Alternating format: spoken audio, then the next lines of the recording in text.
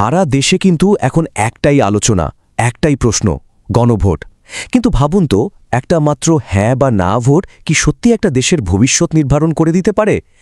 এই সিদ্ধান্তের পেছনে আসলে কি আছে, আর এর পক্ষে বিপক্ষেই বা কি যুক্তি রয়েছে? চলুন এই পুরো ব্যাপারটা একটু সহজ করে জেনে নেওয়া যাক।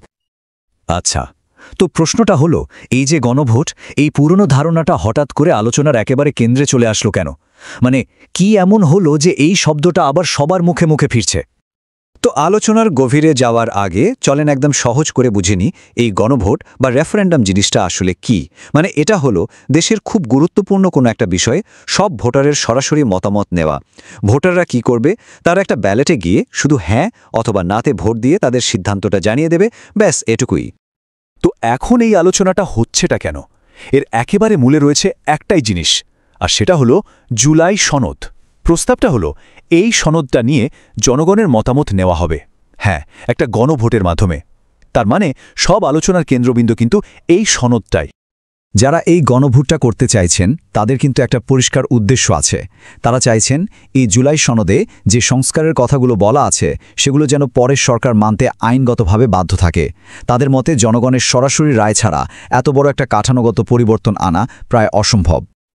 আচ্ছা, আজকের এই পরিস্থিতিটা ভালো করে বুঝতে হলে আমাদের কিন্তু একটু পেছনে ফিরে তাকাতে হবে, মানে আমাদের ইতিহাসের দিকে। কারণ এই গণভোটের ব্যাপারটা বাংলাদেশে কিন্তু একদম নতুন কিছু না। এর আগেও তিনবার গণভোট হয়েছে, আর প্রত্যেকটার প্রেক্ষাপট ছিল একদমই আলাদা। এই যে টাইমলাইনটা দেখছেন, ১৯৭৭, ১৯৮৫ আর ১৯৯১, তিনটা আলাদা দশক, আর উদ্দেশ্য ছিল তিন রকম। প্রথম দুটো গণভোট হয়েছিল তৎকালীন শাসকদের ক্ষমতাকে একরকম বৈধতা দেওয়ার জন্য, কিন্তু শেষেরটা ছিল একদম অন্যরকম, দেশের শাসন ব্যবস্থা বদলানোর মতো একটা বিরাট পদক্ষেপ। যেমন ধরুন, প্রথম গণভোটটা হয়েছিল ১৯৭৭ সালে। উদ্দেশ্য কি ছিল? রাষ্ট্রপতি জিয়াউর রহমানের বিভিন্ন নীতি আর কাজের উপর জনগণের আস্থা আছে কি না সেটা দেখা। আর ফলাফল প্রায় ৯৯% হ্যাঁ ভোট। যদিও ওই ভোটের স্বচ্ছতা নিয়ে কিন্তু এখনও অনেক প্রশ্ন ওঠে। ঠিক একই রকম একটা ঘটনা ঘটল আবার ১৯৮৫ সালে।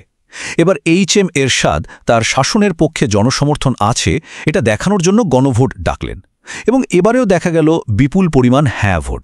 মানে এই দুটো ভোটই ছিল মূলত শাসকদের ক্ষমতাকে পোক্ত করার একটা কৌশল। কিন্তু ১৯৯১ সালের গণভোটের গল্পটা ছিল একেবারেই অন্যরকম। এটা কোনো ব্যক্তির জন্য ছিল না, এটার উদ্দেশ্য ছিল দেশ রাষ্ট্রপতি শাসিত ব্যবস্থা থেকে সংসদীয় গণতন্ত্রে ফিরে যাবে কি না সেই ব্যাপারে জনগণের রায় নেওয়া। দেশের বড় রাজনৈতিক দলগুলো যেহেতু আগেই এ ব্যাপারে একমত হয়েছিল, তাই ফলাফলটা কি হবে তা মোটামুটি বোঝাই যাচ্ছিল। তবে এখানে কিন্তু একটা খুব গুরুত্বপূর্ণ ব্যাপার আছে। ২০১১ সালে সংবিধানের একটা সংশোধনীর মাধ্যমে এই গণভোটের নিয়মটাই বাতিল করে দেয়া হয়েছিল, কিন্তু সম্প্রতি হাইকোর্টের একটা রায়ে সেটা আবার ফিরে এসেছে। আর ঠিক এই কারণেই কিন্তু পুরো আলোচনাটা নতুন করে আবার জমে উঠেছে। তো ইতিহাস তো আমরা জানলাম, এবার আবার বর্তমানে ফেরা যাক। যদি আসলেই গণভোট হয়, তাহলে ব্যালেটে প্রশ্নটা ঠিক কি থাকবে? মানে ভোটারদের ঠিক কোন কোন বিষয়ে রায় দিতে বলা হবে? আর এখানে কিন্তু ব্যাপারটা বেশ জটিল হয়ে যায়, কারণ একটা হ্যাঁ ভোট দেওয়ার মানে হলো এই চারটা বড় প্রস্তাবে একবারে সম্মতি দেওয়া। এর মধ্যে কি আছে? তত্ত্বাবধায়ক সরকার গঠনের নতুন নিয়ম আছে, প্রধানমন্ত্রীর ক্ষমতার মেয়াদ বেঁধে দেওয়ার মতো বিষয় আছে। কিন্তু মজাটা হলো, আপনি একটা পছন্দ করে আরেকটা বাদ দিতে পারবেন না। হয় আপনাকে সবগুলোতেই হ্যাঁ বলতে হবে, অথবা সবগুলোতেই না। আর ঠিক এই কারণেই একটা বিরাট বিতর্ক দানা বেঁধেছে। প্রশ্ন উঠছে, এতগুলো জটিল আর বিস্তৃত বিষয়কে কি স্রেফ একটা হ্যাঁ বা না ভোটের মাধ্যমে ঠিক করাটা আদৌ সম্ভব? এটা কি বাস্তবসম্মত? দেখুন, একদল বিশেষজ্ঞ যেমন সংবিধান বিশেষজ্ঞ স্বাধীন মালিক এই ব্যাপারটার কার্যকারিতা নেই প্রশ্ন তুলেছেন। তার কথাটা খুব সহজ, ডকুমেন্টের ওপর গণভোট হয় না, 4 পাতা পড়ে বোঝার মতো মানুষ কজন? মানে সাধারণ ভোটারের পক্ষে এত জটিল একটা দলিল পড়ে তার সব দিক বুঝে সিদ্ধান্ত নেওয়াটা কতটা সম্ভব? তবে এর বিপরীতেও কিন্তু শক্ত যুক্তি আছে। যেমন সারোয়ার তুষারের মতো রাজনৈতিক ব্যক্তিত্বরা বলছেন, আরে যদি একটা দেশের পুরো সংবিধানই গণভোটের মাধ্যমে পাশ হতে পারে, তাহলে কয়েক পাতার এই সনদটা কেন নয়? তাহলে সব তর্ক বিতর্কের শেষে আসল প্রশ্নটা কিন্তু একটাই, ভোটের ফল যাই হোক তারপর কি? একটা হ্যাঁ কিংবা না ভোট বাংলাদেশকে ঠিক কোন দিকে নিয়ে যাবে? দুটো সম্ভাব্য ভবিষ্যৎ কি হতে পারে? দেখুন, দুটো রাস্তা কিন্তু একদম পরিষ্কার।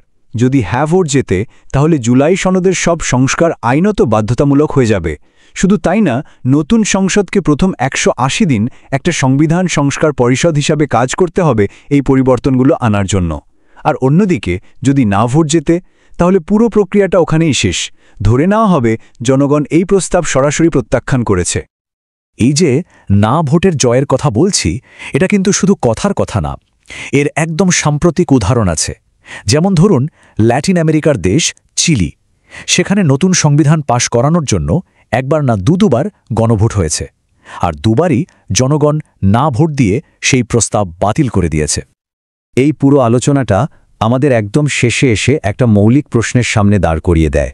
একটা জাতির এত বড় বড় সংস্কারের সিদ্ধান্ত, তার ভবিষ্যতের গতিপথ, সেটা কি শুধুই একটা হ্যাঁ বা না ভোটের ওপর ছেড়ে দেওয়া ঠিক? এর একদিকে যেমন আছে জনগণের সরাসরি মতামতের শক্তি, ঠিক তেমনি অন্যদিকে কিন্তু আছে জটিল বিষয়কে অতি সরল করে ফেলার একটা বড় ঝুঁকি। সিদ্ধান্ত যাই হোক, তার প্রভাব যে সুদূর প্রসারী হবে তাতে কোনো সন্দেহ নেই।